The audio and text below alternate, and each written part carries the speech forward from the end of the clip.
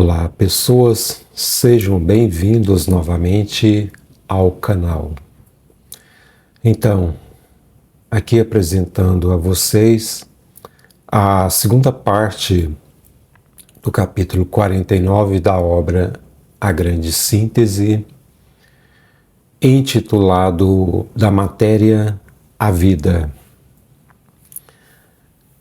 Nós vamos iniciar a parte em que eu ia falar alguma coisa sobre galáxias da nebulosa mãe.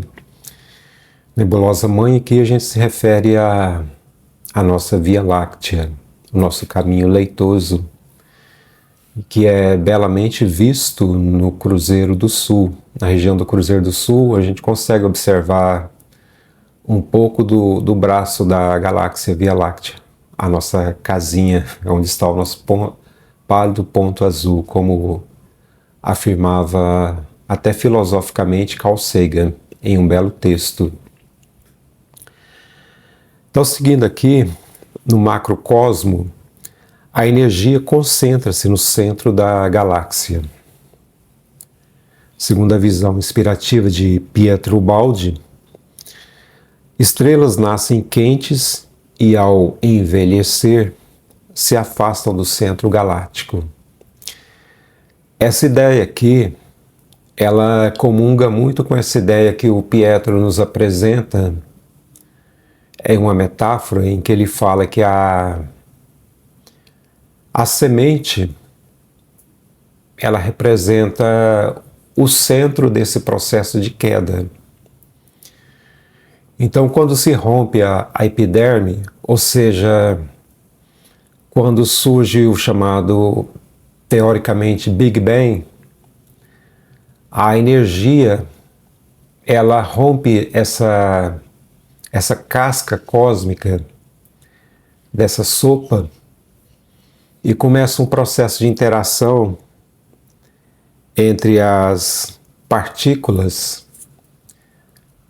com o núcleo ali de estruturas, até que se forme toda a estrutura atômica, que seria um princípio básico para se formar os tijolos, né, de toda essa casa cósmica chamada universo.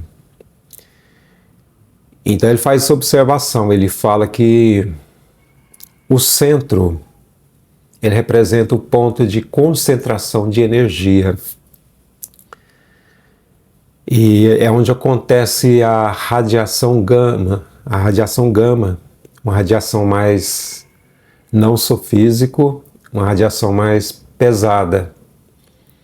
Desses elementos que são os elementos mais pesados, né, que vão surgindo. E passando todo esse processo do Big Bang, as fases todas, que vai começando a surgir, as estruturas que vai surgir a vida, então ele faz uma observação, que se nesse centro existe tanta concentração de energia, é justamente nos braços da galáxia, ou seja, dessa espiral, né, em que ela começa um processo de movimento espiraloide, há uma fuga mais para a periferia. E é justamente nessa periferia que a arquitetura cósmica, que é a inteligência divina, ela vai organizar a matéria de uma forma para que a energia comece a se manifestar em vida, dos átomos compondo as moléculas, montando os tijolinhos, até que surja a vida. E sempre dizendo isso, a nossa visão é antropológica, mas a vida se manifesta no cosmos. O planeta Terra é apenas uma das casinhas onde a vida está manifestando.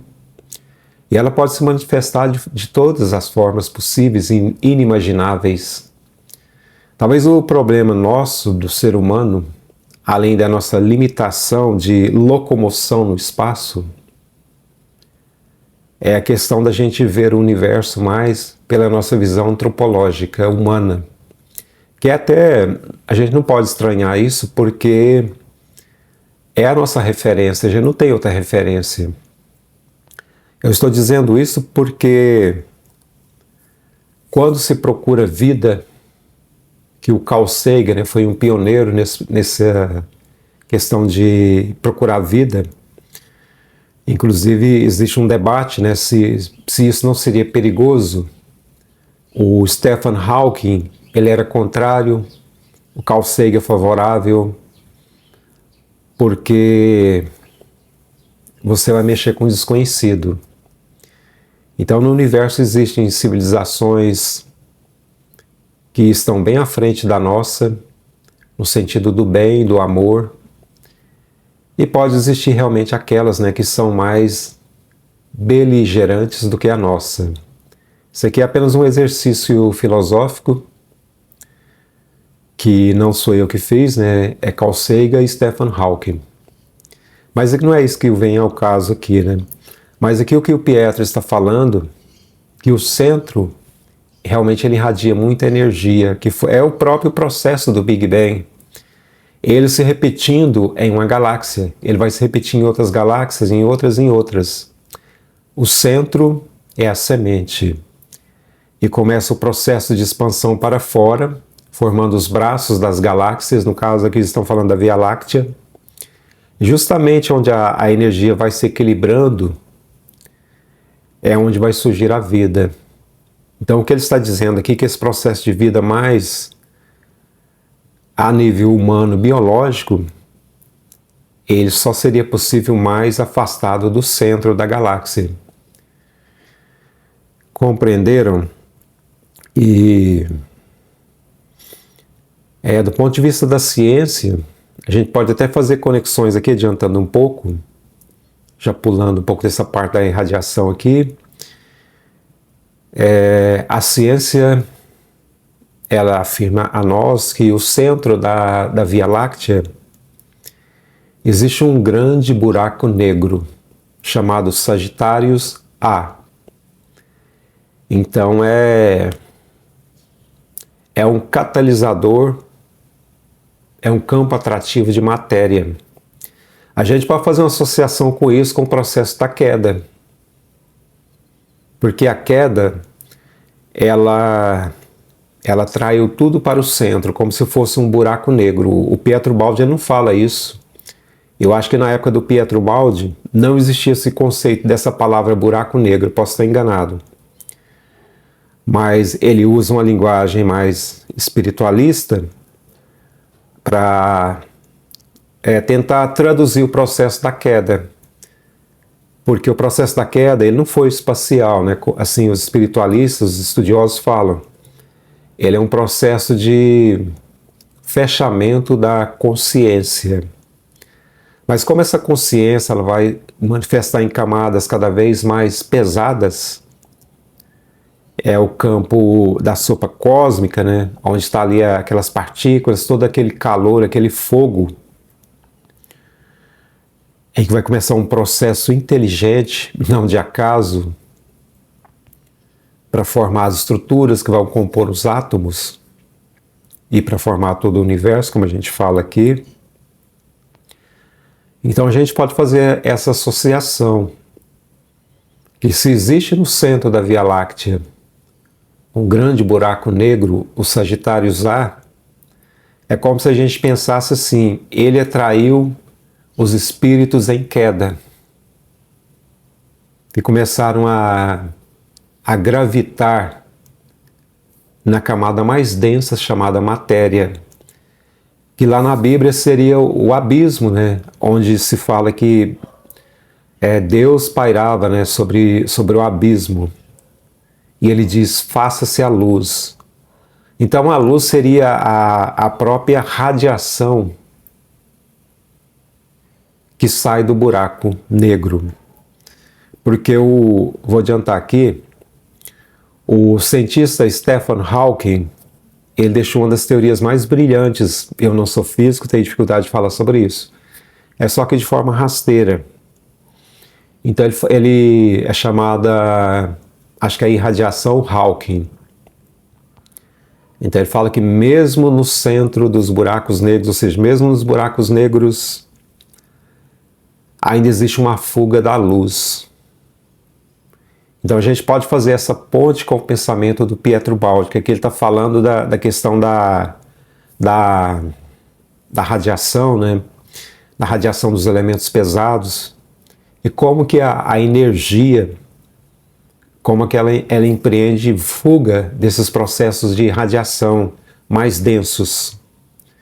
E se a gente fazer essa associação ao macro, no caso do Sagitários A, a gente vai perceber claramente no processo da queda a radiação, no caso o espírito que está fragmentado, ele começando novamente um processo que seria o segundo momento, que é o campo da dualidade, em que se existe o processo da queda, existe o processo da ascensão, ou seja, aquele que cai levanta para caminhar novamente, usando a metáfora aqui. Então, aquele que cai, que levanta para caminhar novamente é a luz.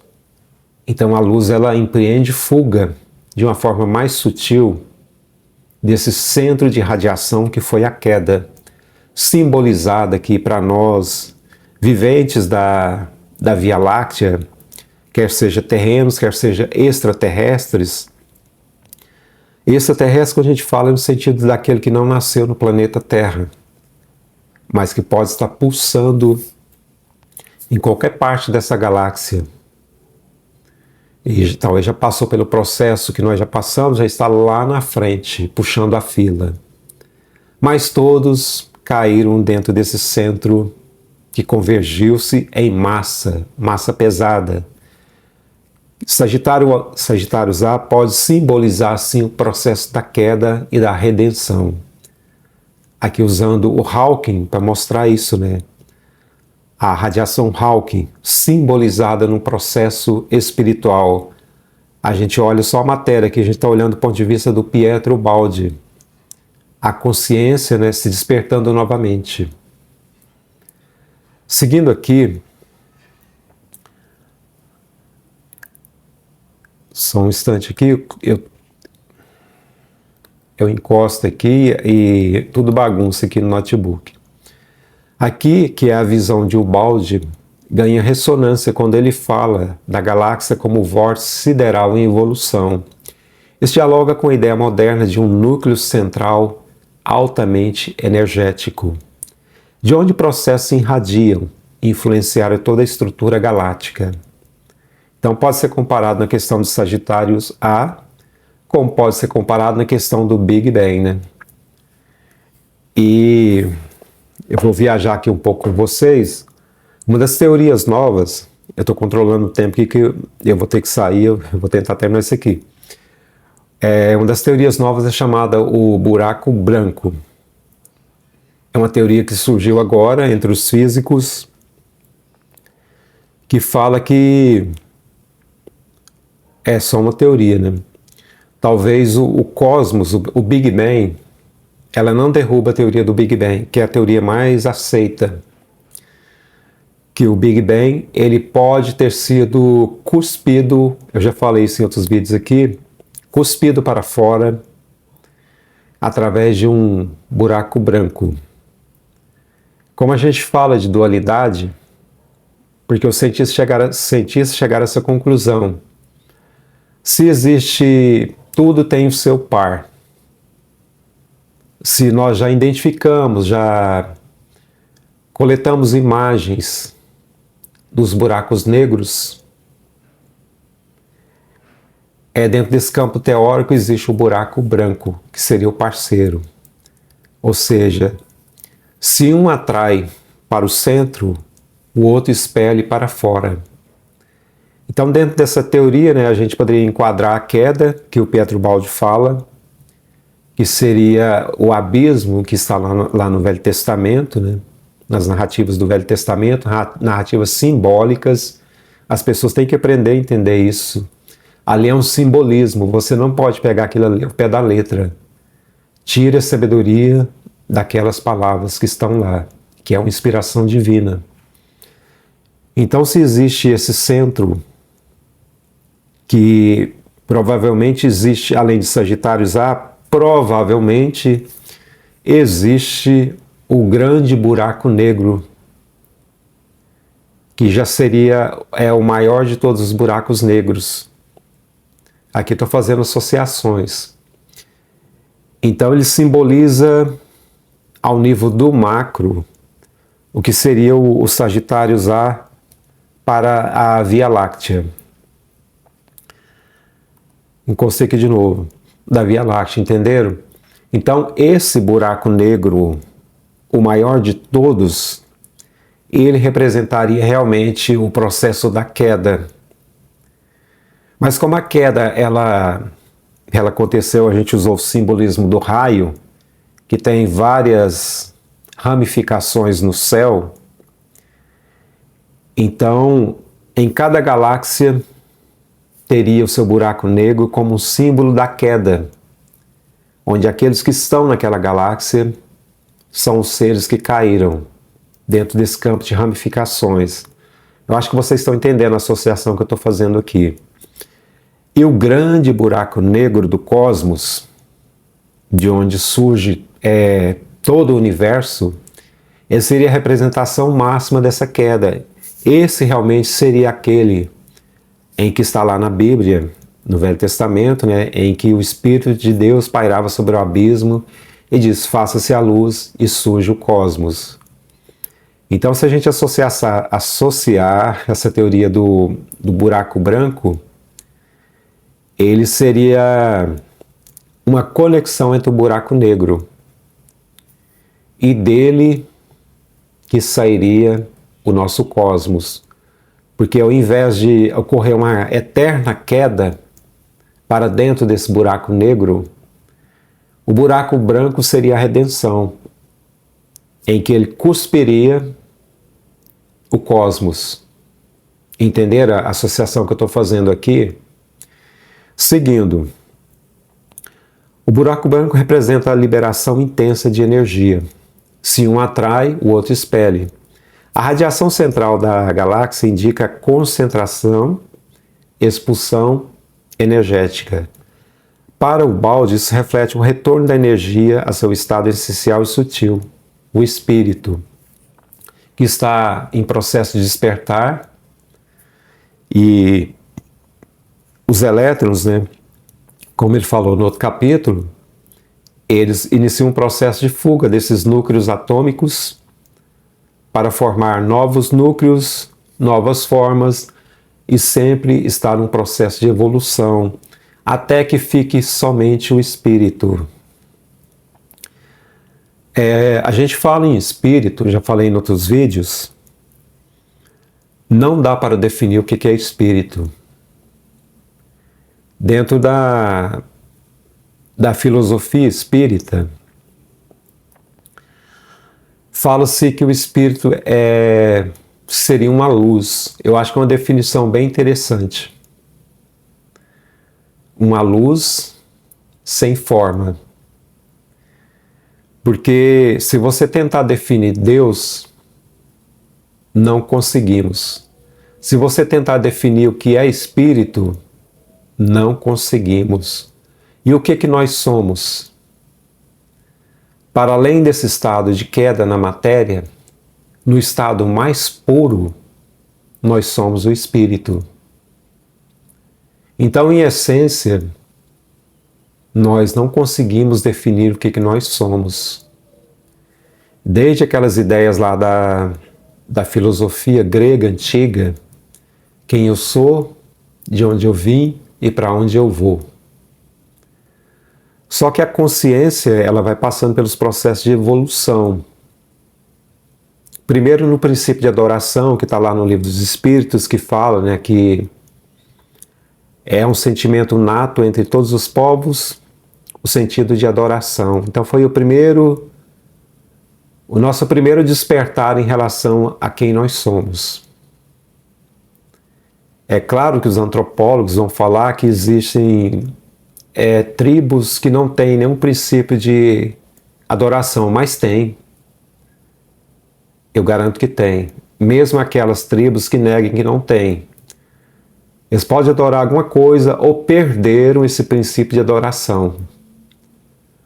Mas, no geral, perder eu falo no sentido de apagar a consciência. Porque todos nós fomos apagados da nossa consciência, é isso que é a queda.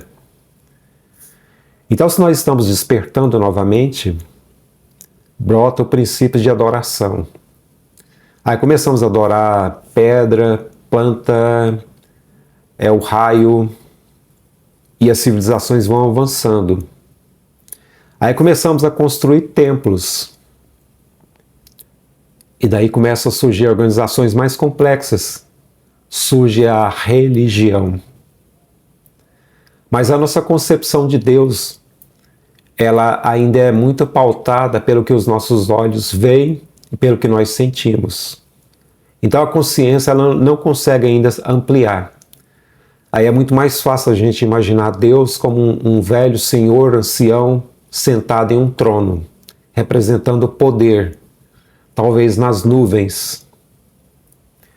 E o processo ele continua, ele vai continuando. Por que eu estou falando assim? Porque nós estamos no século XXI, nós estamos analisando aqui uma obra chamada A Grande Síntese.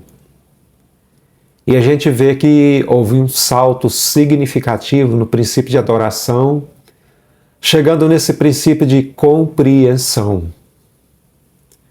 O Berto Holden, que foi um grande espiritualista brasileiro, que veio da Igreja Católica, acho que ele era jesuíta, ele falava assim, quem crê pode descrer, mas quem compreende jamais deixa de compreender. Então as nossas crenças, elas não se sustentam ao longo do tempo. Por que elas não se sustentam?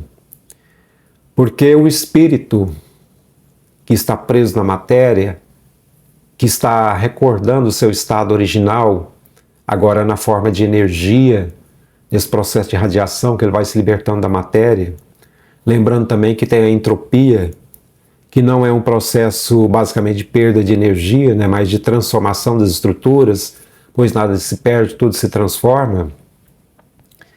Então nós estamos chegando num estágio em que a ciência avança e a compreensão do espiritualismo também avança.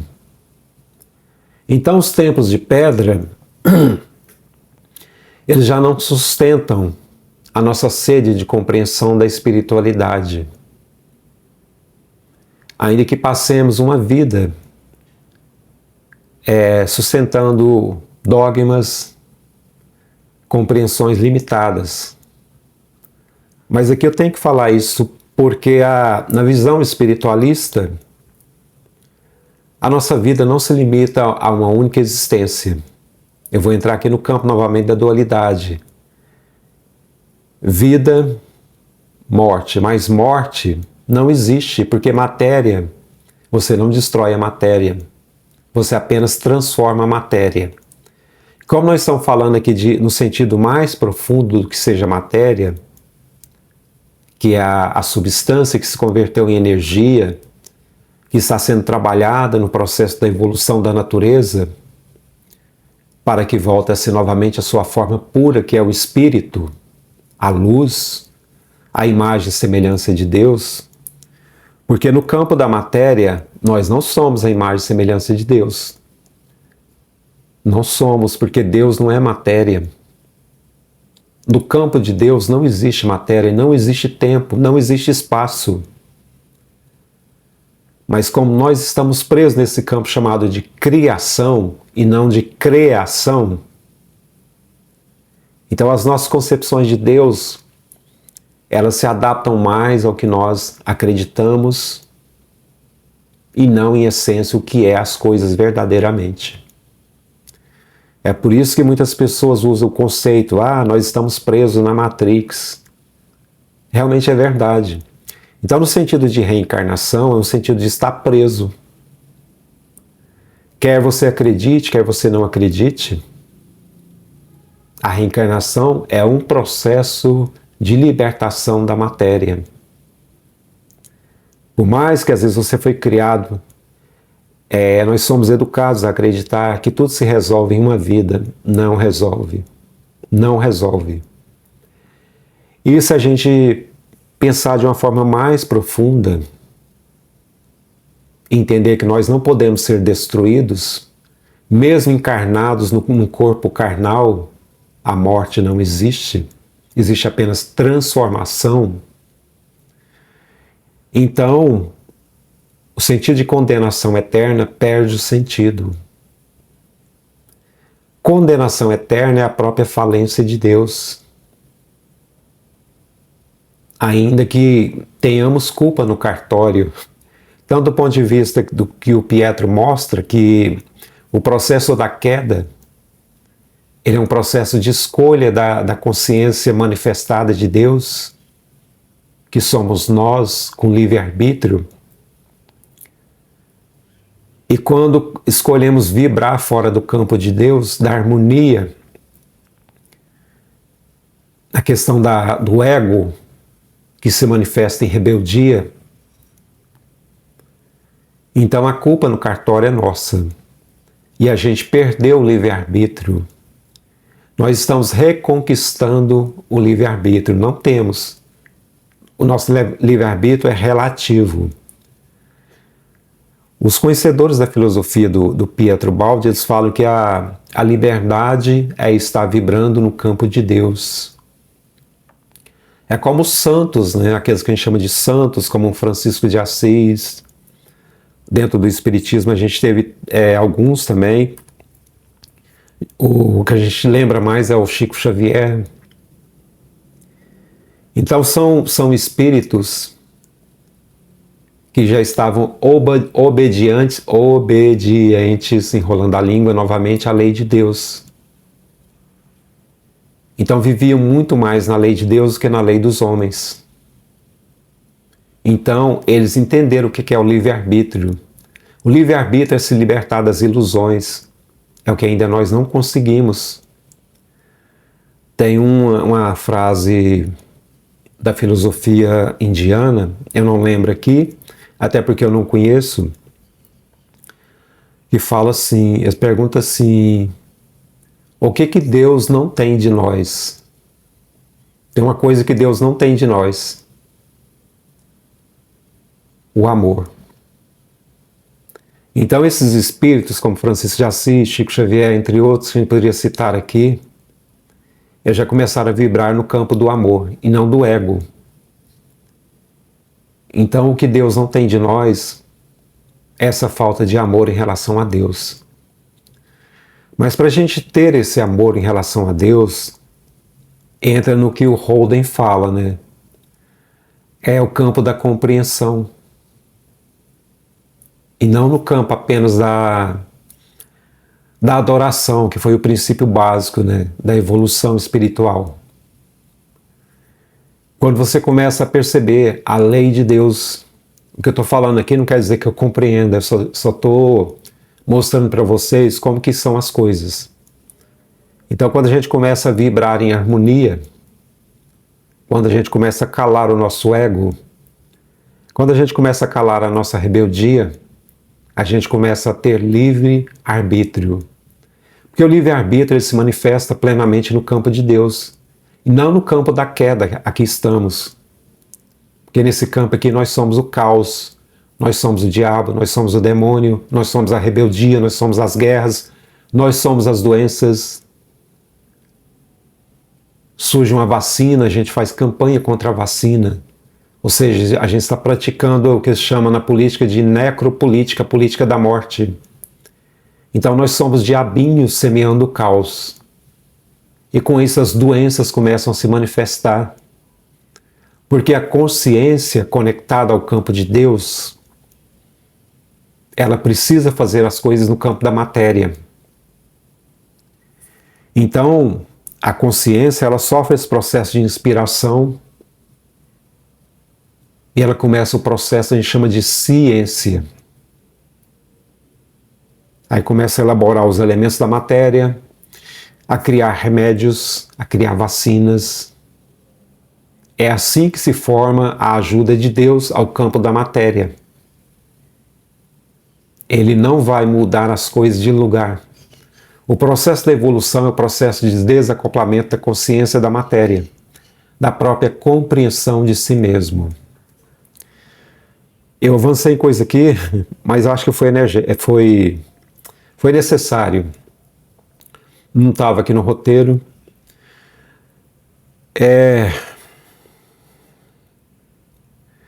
A formação da matéria e papel da radioatividade. Após o éter surgem os elementos químicos. Primeiro os mais leves, hidrogênio e hélio. E nas estrelas os elementos pesados, como ferro e platina. A radioatividade atua como um mecanismo de liberação da energia, aprisionada na matéria, etapa essencial no processo de evolução e ascensão espiritual. Então não tem como evoluir, se desprender da matéria, se não houver essa interação para que ocorra esse processo em que a energia vá acompanhando um processo de se tornar mais sutil. Isso mostra que o espírito, ao cair na matéria, precisa passar por essa interação transformadora. Está preso a ela e não há outro caminho, senão a purificação para retornar à sua subida, o retorno à casa de Deus. Eu estava vendo esse texto aqui, essa parte que eu fiz o resumo, e eu lembrei de um texto que tem no Livro dos Espíritos de Allan Kardec, um texto brilhante. Ele fala justamente dessa coisa que a gente sente chamada melancolia. Aquela coisa que muitas vezes sente, às vezes no final da tarde, e olha para o pôr do sol e bate uma tristeza. E aqui um espírito que comunicou com Kardec, e que ele colocou no livro, no Evangelho segundo o Espiritismo, uma mensagem brilhante, para a gente sentir como que é viver esse processo de estar preso à matéria. Vou ler aqui para vocês. Eu não sei se o texto está completamente correto com o texto original. Eu peguei da internet, então fica aquela dúvida. Mas pelo que eu conheço do texto, é isso aqui mesmo.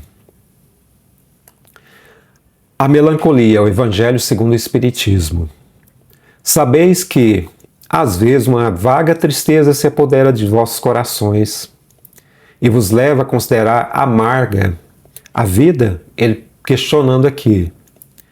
É que vosso espírito, aspirando à felicidade e à liberdade, se esgota, jungindo ao corpo que lhe serve de prisão, em vão esforços para sair dele, aqui preso à matéria.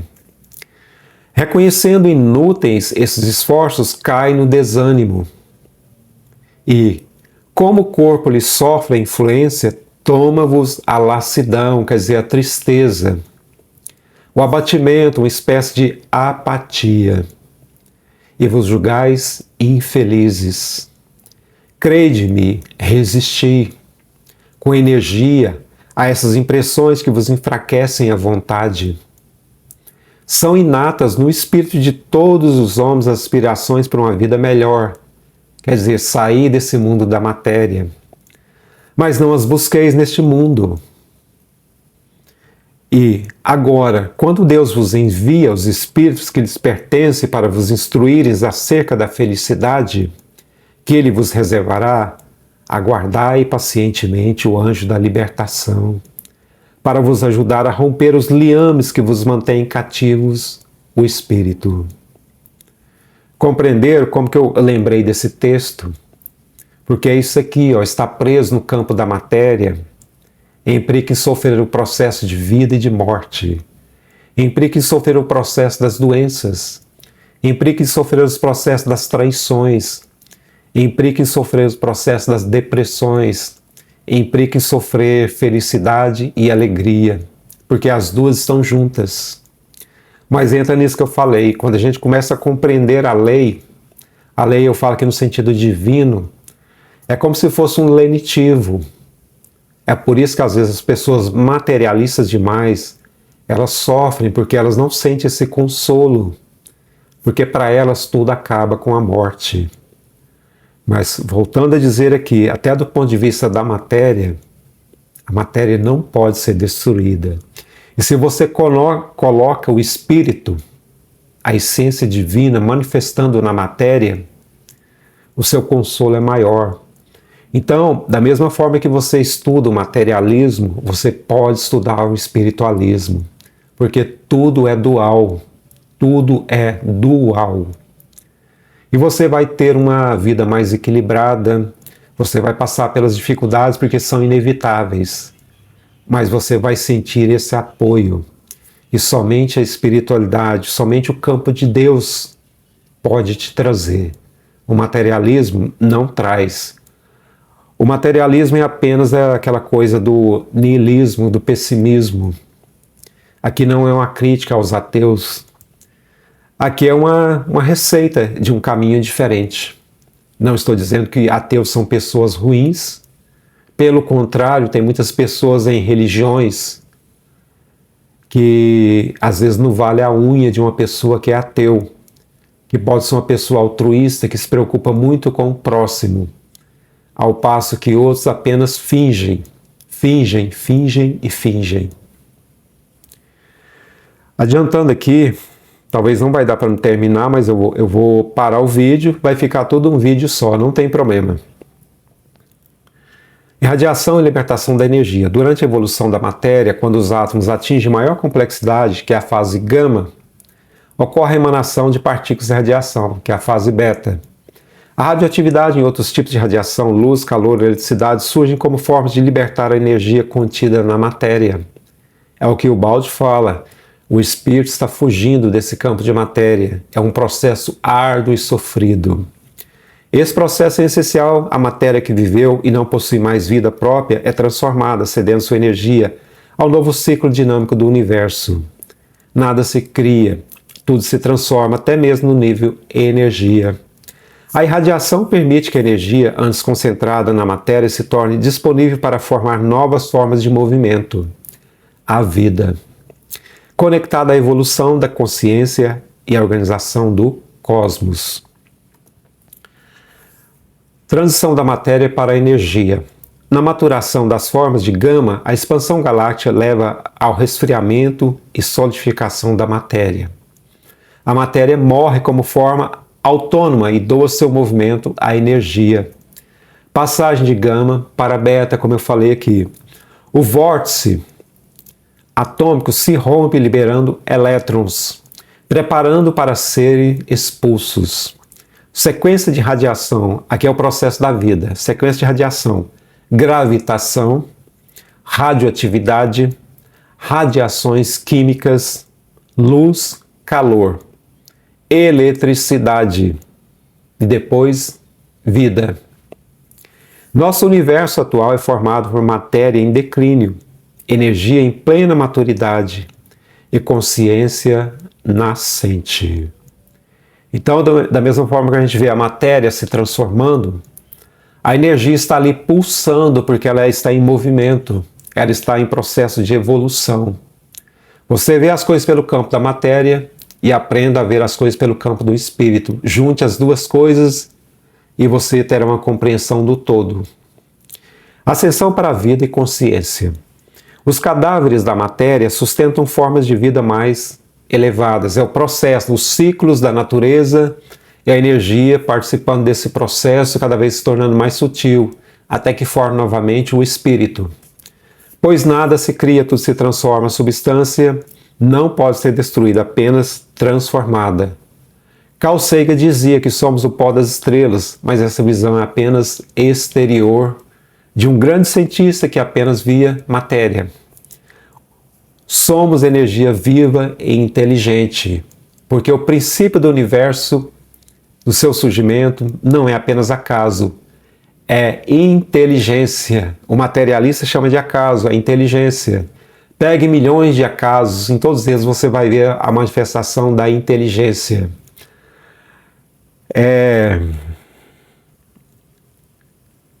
Células, acho que eu posso falar células. As estruturas do seu corpo, as células, quando elas vão surgindo, elas não se misturam, elas sabem o que elas têm que fazer no seu corpo.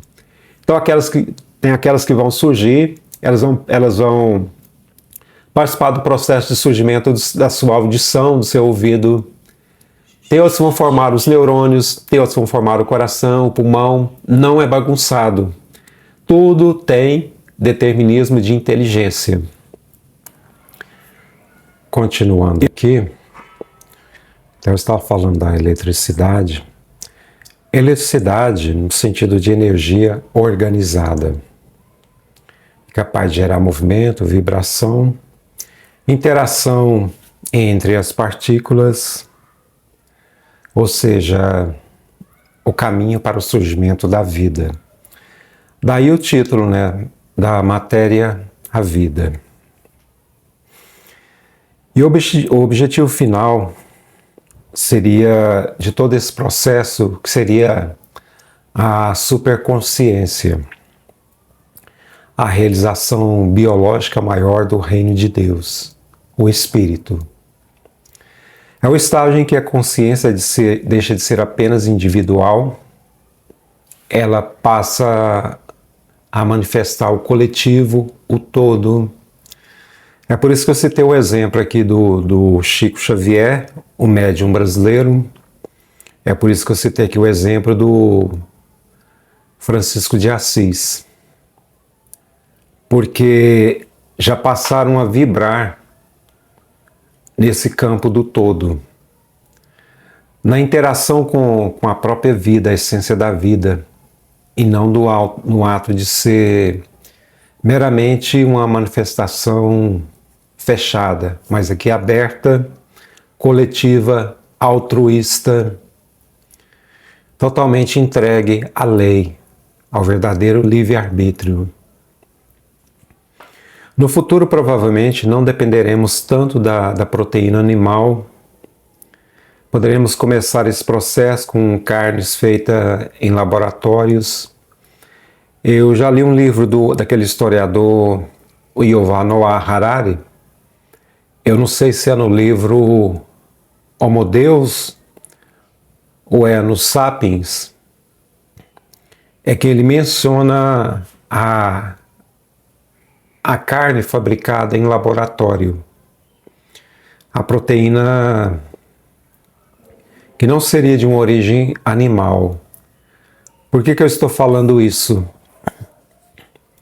Porque esse corpo biológico, nesse processo de evolução, ele vai ter que se adaptar a uma consciência mais sutil, a energia mais sutil.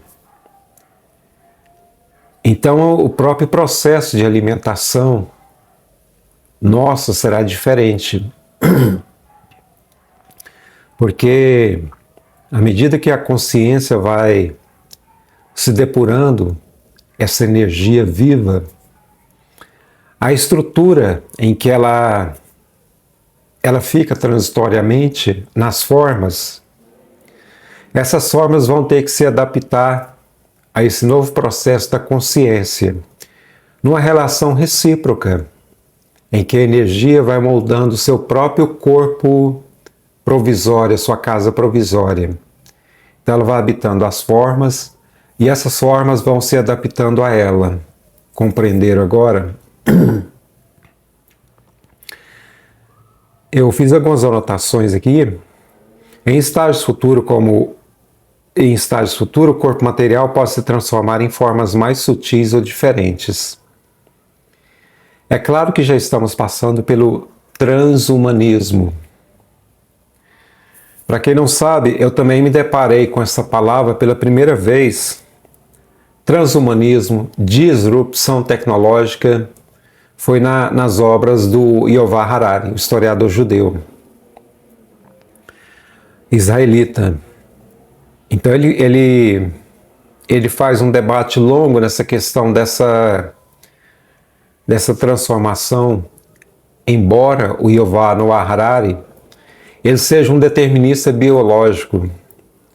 Eu não sei se essa palavra é correta dizer, mas ele não concebe nada além da matéria e do determinismo biológico. Eu acho que é assim que a compreensão. Então ele vê agora que essa forma biológica ela está num processo de junção com com essas formas sintéticas, com essas formas tecnológicas. Por isso que ele fala de transhumanismo. Mas aqui eu só estou citando porque, partindo dessa ideia do Pietro Baldi, da inspiração do Pietro Baldi, nós estamos falando mais da transformação do corpo biológico em si.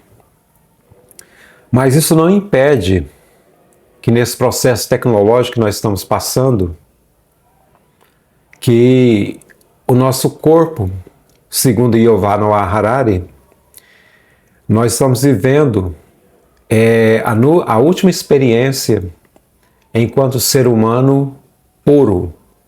Ser humano puro no sentido de ter apenas a estrutura biológica. Então ele diz que o transhumanismo seria isso.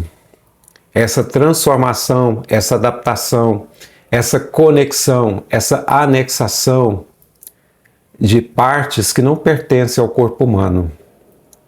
No sentido de você colocar um chip, implantar um chip para corrigir algum problema neurológico ou no cérebro mesmo, de você perder um braço e você adaptar um braço mecânico.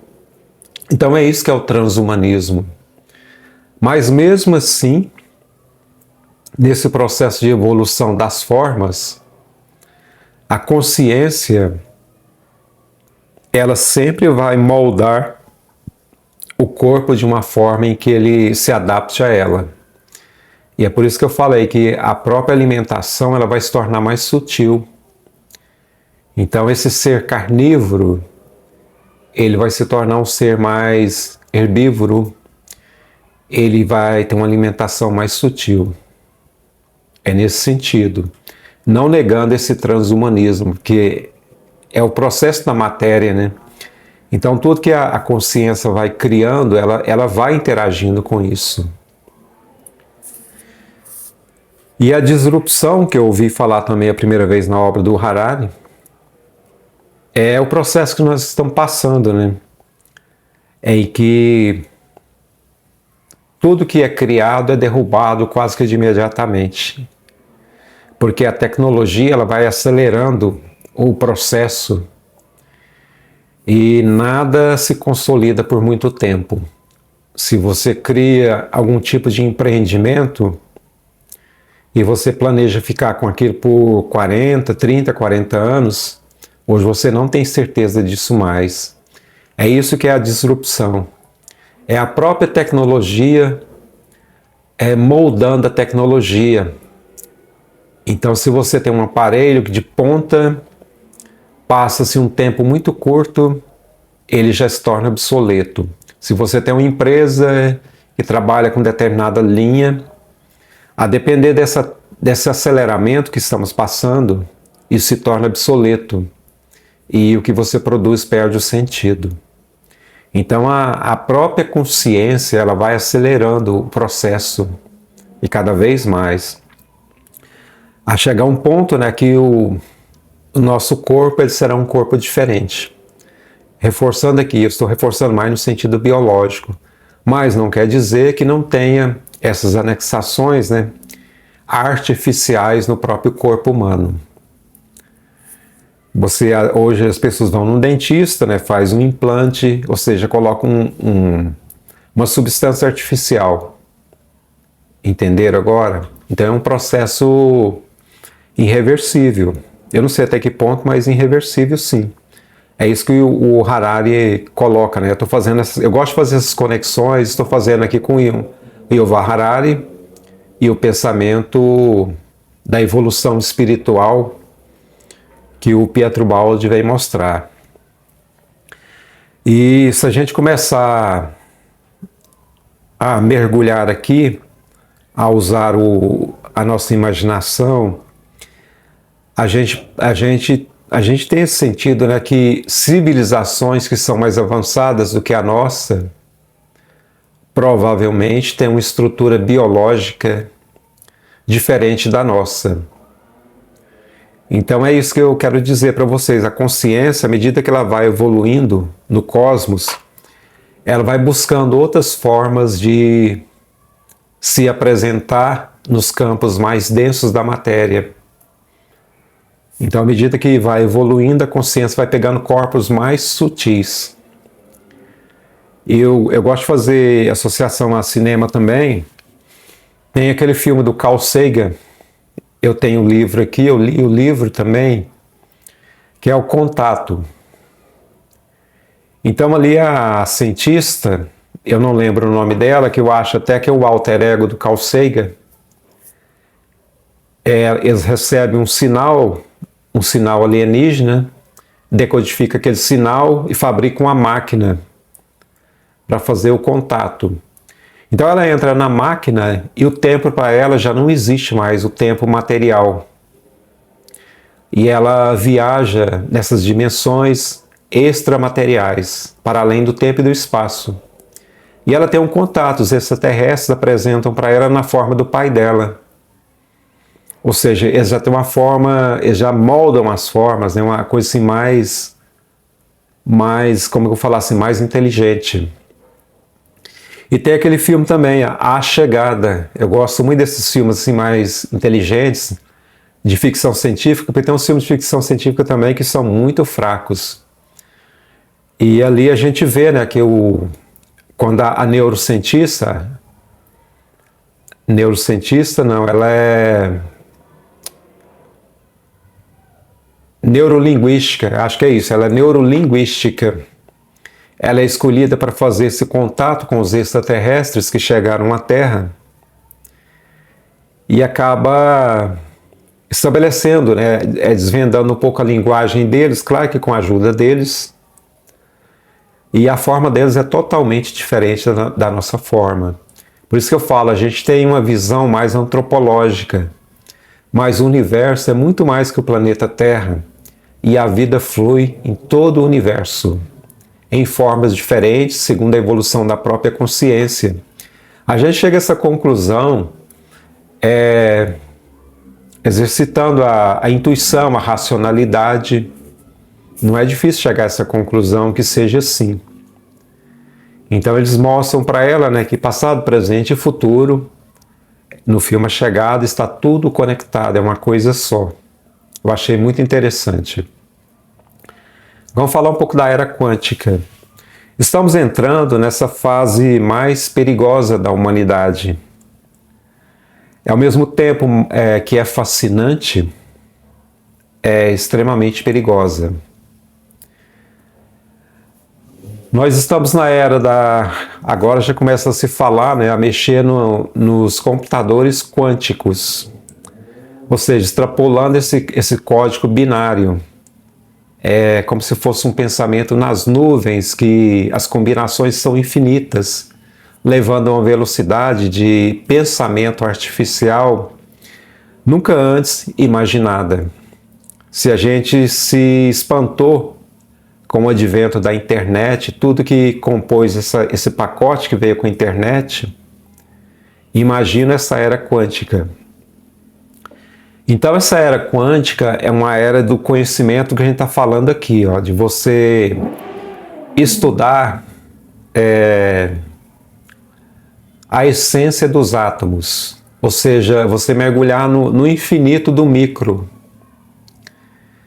E os cientistas começaram a manipular essa força atômica, a fisão e a fusão nuclear.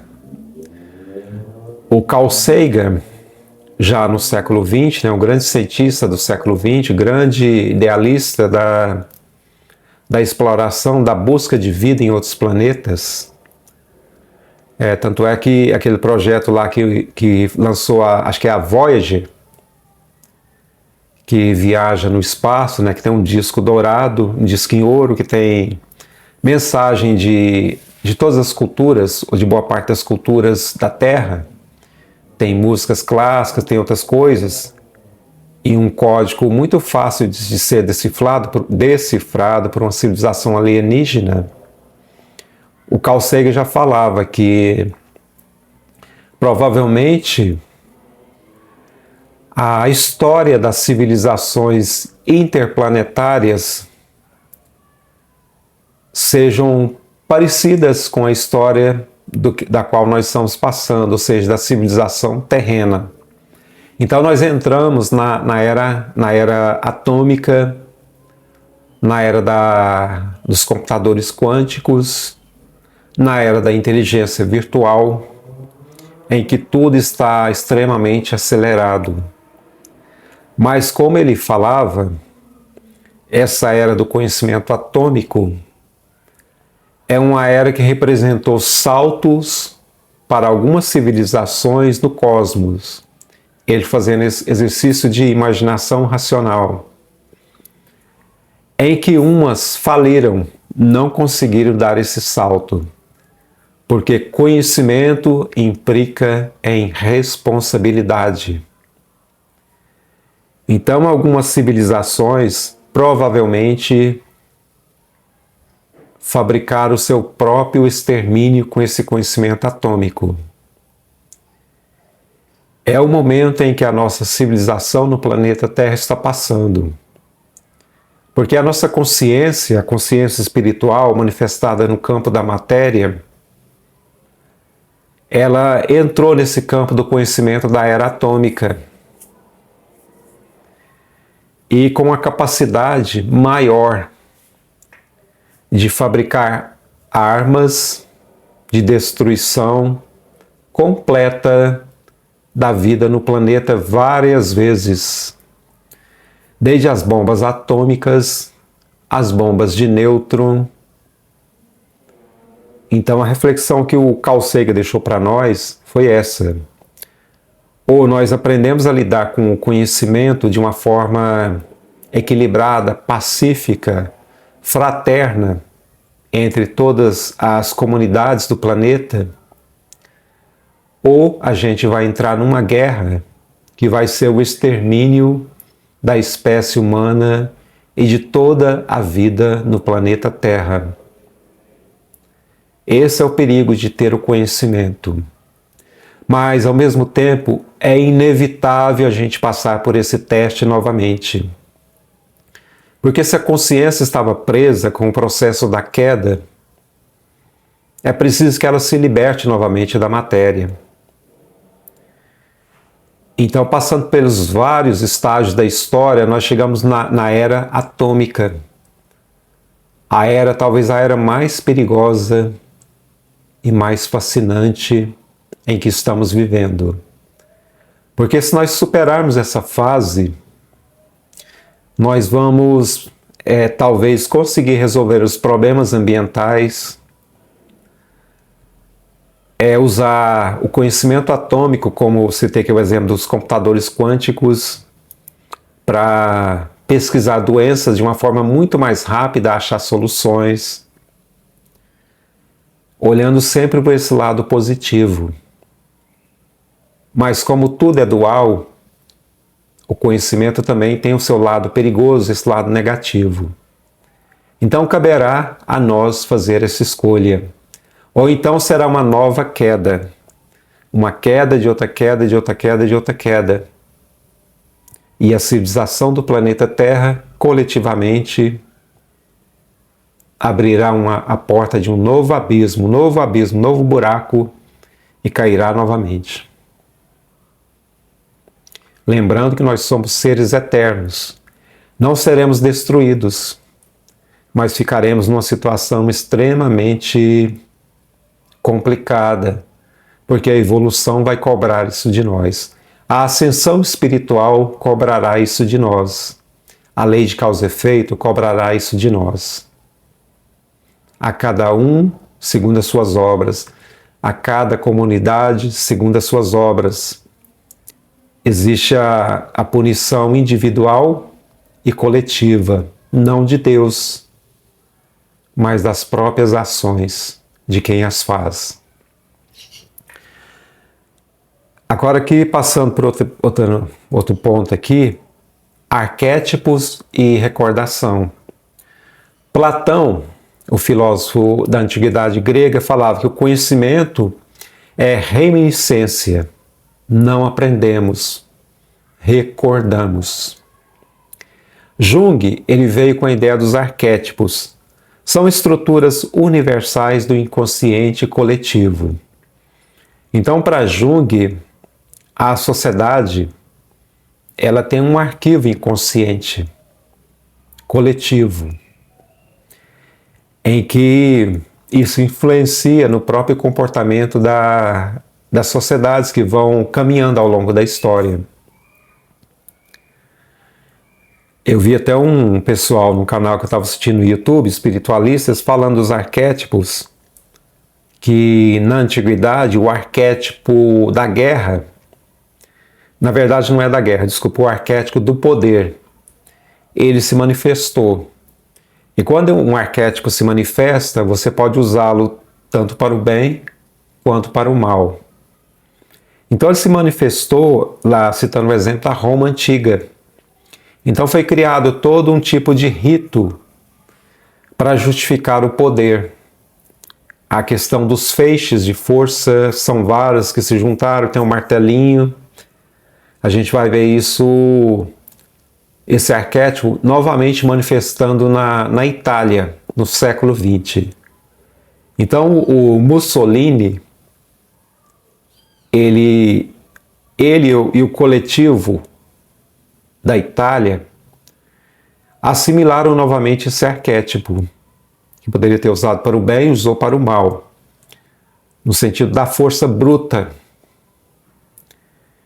e rememorou toda aquela simbologia do arquétipo antigo, lá da Roma Antiga, usando o feixe de forças, o martelo, a união a um grande líder, no caso lá da Roma Antiga, a César. E na Alemanha mesmo, até na Alemanha, né, esse arquétipo se manifesta, porque os arquétipos manifestam, né, e depois a sociedade como um todo vai assimilando aquilo ali. Então foi um período em que o radicalismo, o nacionalismo extremo na Europa, principalmente na Europa, ele se manifestou. É claro que ele foi para o Japão também, na monarquia japonesa, né, no imperialismo japonês. Ele se manifestou como uma coqueluche. Então, líderes extremamente autoritários começaram a externar esse arquétipo, o arquétipo do poder.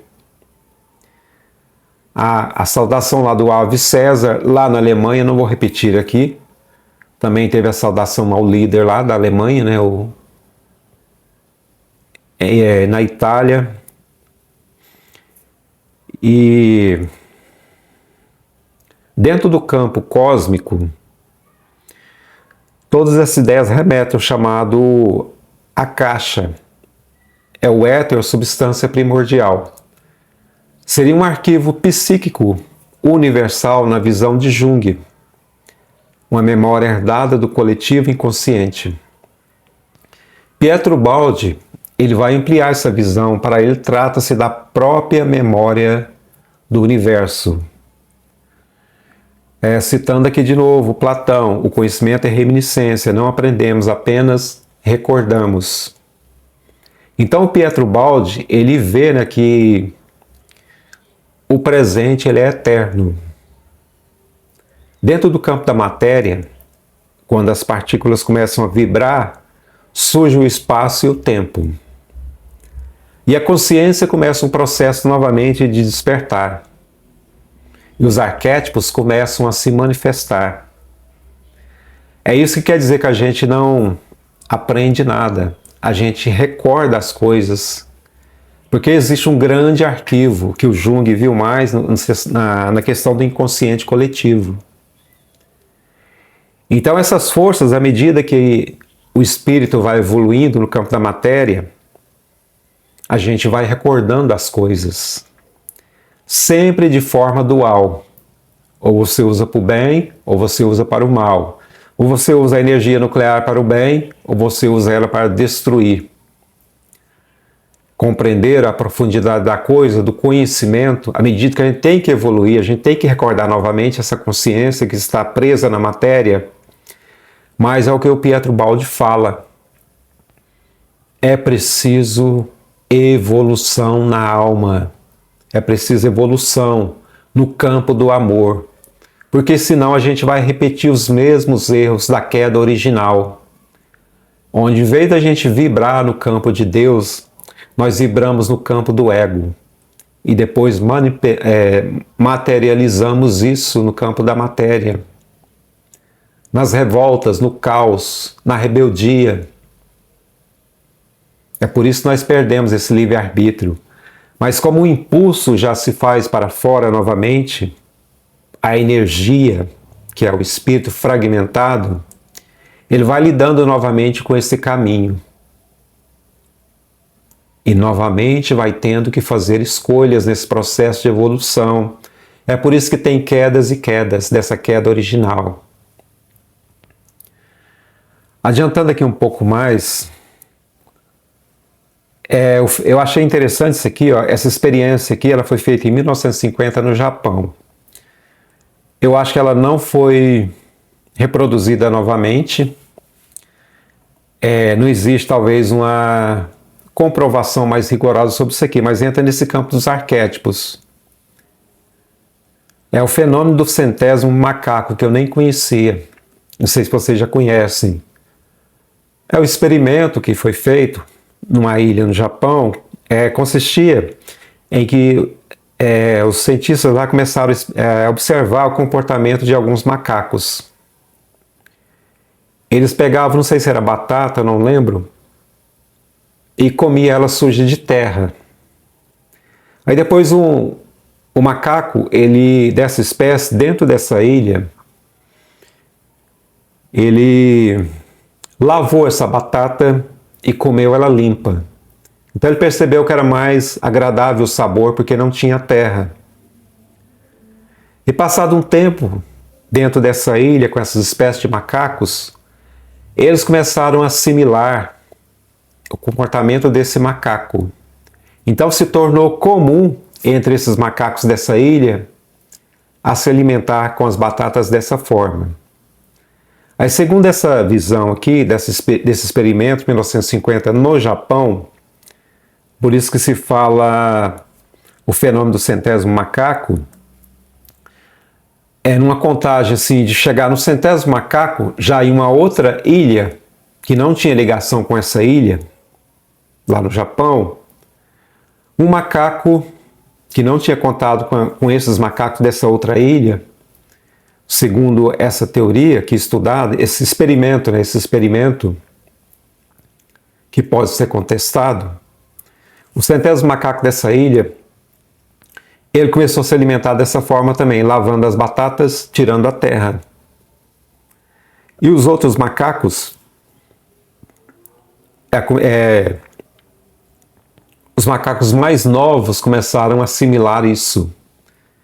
E num período não tão longo, já estavam com esse comportamento também. Por que eu estou falando isso? É a questão dos arquétipos, desse arquivo coletivo, em que a gente não aprende as coisas, a gente recorda. É como um estado de recordar. Então, quando a ciência ela vai avançando, o conhecimento vai avançando, é porque nós estamos atingindo esses limites, essas dimensões do conhecimento que está sempre presente. Porque tudo que existe é o todo, é o eterno presente, é o campo de Deus. Então, o que acontece é uma interação que depois tem que ser feita na prática. Então, é mais uma questão de inspiração, de estar em contato com esses arquivos que não estão no plano físico. Compreenderam? Seguindo aqui. Eu vou passar isso aqui, eu acho que eu já falei isso aqui. Resumo, isso aqui, vou entrar nisso aqui. O todo está nas partes. Cada elemento do universo reflete a essência do todo. É isso que a gente está falando. Assim como uma célula em um organismo não funciona isoladamente, cada átomo, estrela ou ser vivo está conectado ao cosmos, participando da consciência universal. Lembra que no outro vídeo, no outro capítulo, nós falamos dos campos, os campos quânticos, né? As ondas gravitacionais, em que elas vibram, né? Fazendo interações. É isso. Função das células e inteligência do organismo. Cada célula tem função definida.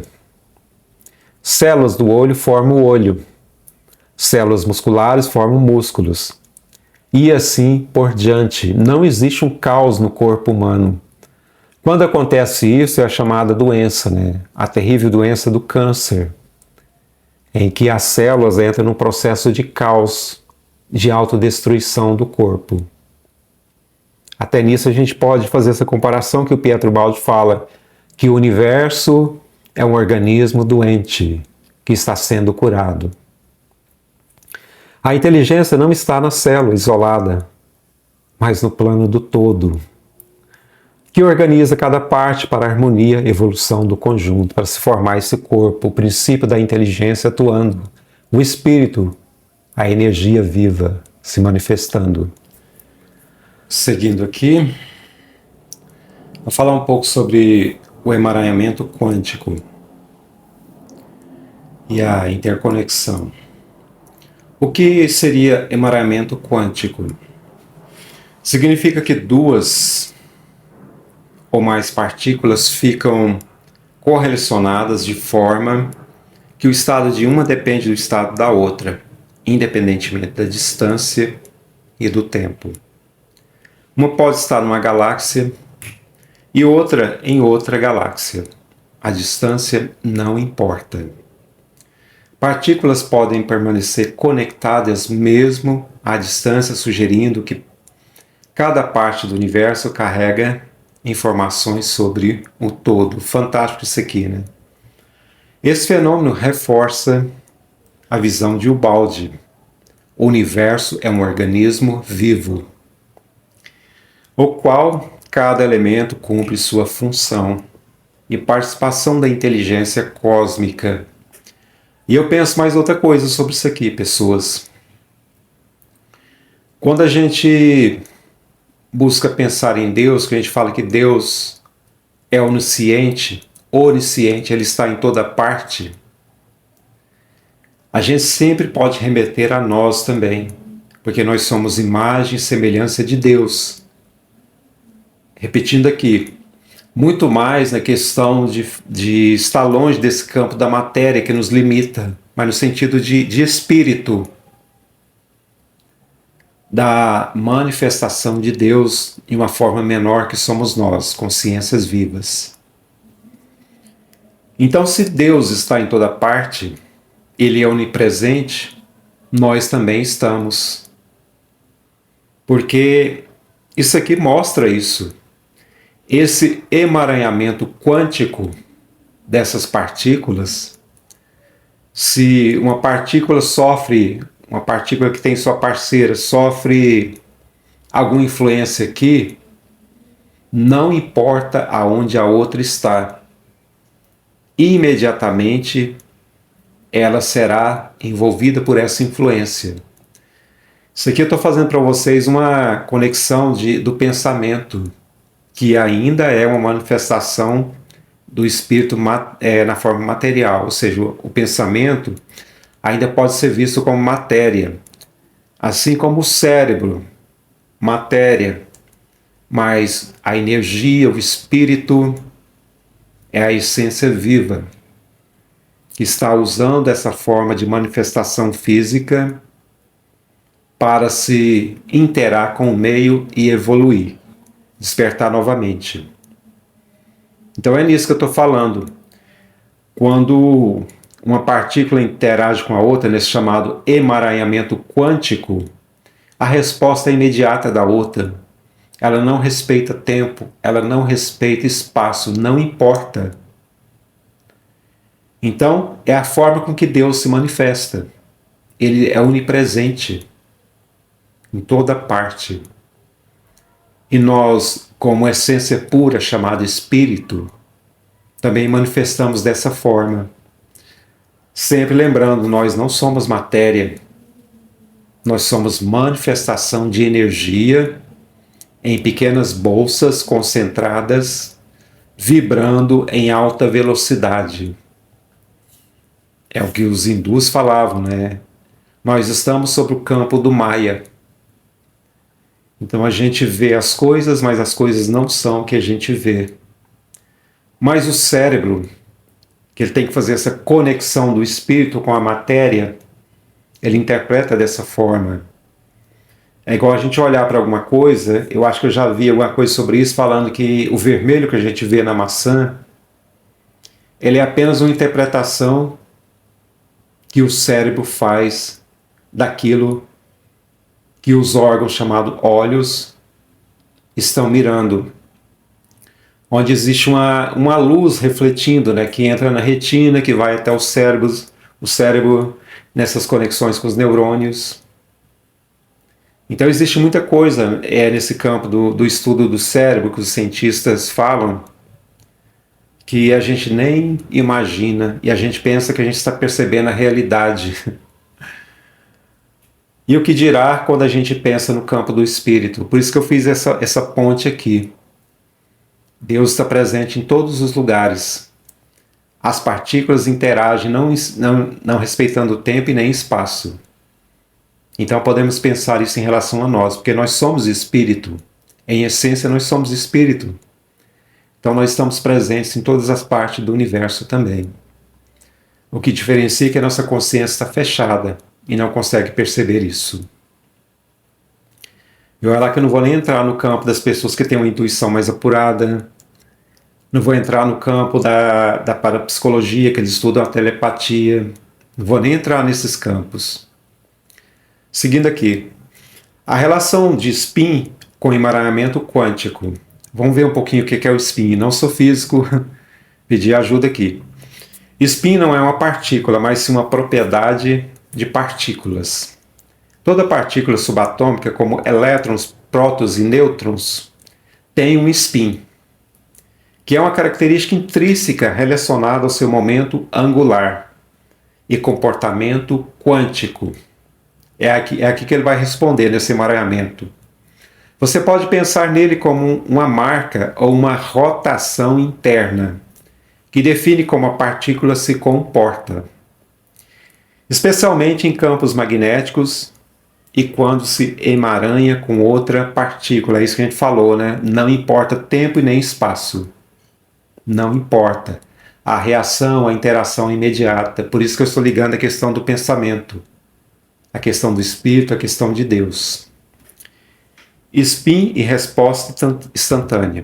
Imagine duas partículas emaranhadas com os spins correlacionados. Se você mede o spin de uma e descobre que está para cima, a outra instantaneamente estará para baixo, mesmo se estiver a anos-luz de distância. Isso aqui não é só teoria não, pessoas. Isso aqui é a física quântica fazendo os estudos, os experimentos que chegou a isso. Eles comprovaram isso por experimentos, não é só teórico. Adiantando um pouco aqui. Na visão de Pietro Baldi, o cosmos é um organismo vivo, inteligente, interconectado. Cada átomo, estrela, ser vivo cumpre sua função dentro de um plano universal. Exatamente como partículas que a gente está falando aqui. Emaranhadas seguem um padrão organizado. Assim, a aparente aleatoriedade quântica pode ser entendida como a expressão de uma inteligência cósmica subjacente, harmonizando ciência moderna e filosofia baldiana. Deixa eu ver se eu vou mais aqui. Rompimento com a física mecânica e a visão de Ubaldi. A física clássica, o mecanicista newtoniano, descrevia o universo como um sistema determinístico, previsível e separado. Corpos, força, leis precisas. A mecânica quântica, surgida no início do século XX, rompeu com essa visão, mostrando que partículas subatômicas apresentam comportamentos probabilísticos, ou seja, não há certeza, o campo da incerteza de Heisenberg. Apresenta um comportamento probabilístico, dualidade, partícula-onda, onda-partícula. E fenômenos como emaranhamento que desafiam a noção de causalidade local. De novo, Einstein surpreendido, mas Deus não joga dados. Joga sim, Einstein. Joga. Einstein se incomodava com essa aparente aleatoriedade, afirmando que Deus não jogava dados. Aqui, repetindo, vou passar para frente. Embate entre a física e a teoria do todo. Já está fechando aqui. O confronto entre física clássica e quântica reflete a dificuldade de compreender o universo como um todo integrado, é o que Pietro Baldi mostra nessa obra maravilhosa, A Grande Síntese. Coloque o espírito nessa equação e você tem a teoria do todo. A física clássica descrevia partes isoladas e previsíveis, mas não explicava a interconexão profunda entre elas. A mecânica quântica revelou uma realidade não local, probabilística e interdependente, mostrando que as partes do universo estão ligadas de forma que desafiam a causalidade tradicional, quebrando um paradigma da física newtoniana. Einstein via isso como uma lacuna buscando leis, porque ele se apoiava nas leis universais, determinísticas, enquanto o Baldi descreve o universo como um organismo vivo e consciente, no qual cada parte cumpre seu papel dentro deste plano universal. É a consciência desacoplando da matéria. Assim, o embate evidencia o desafio de formular uma teoria do todo. Unidade, ciência e inteligência cósmica. O Baldi nos apresenta esse elo perdido, o espírito. A chave para fechar a teoria do todo.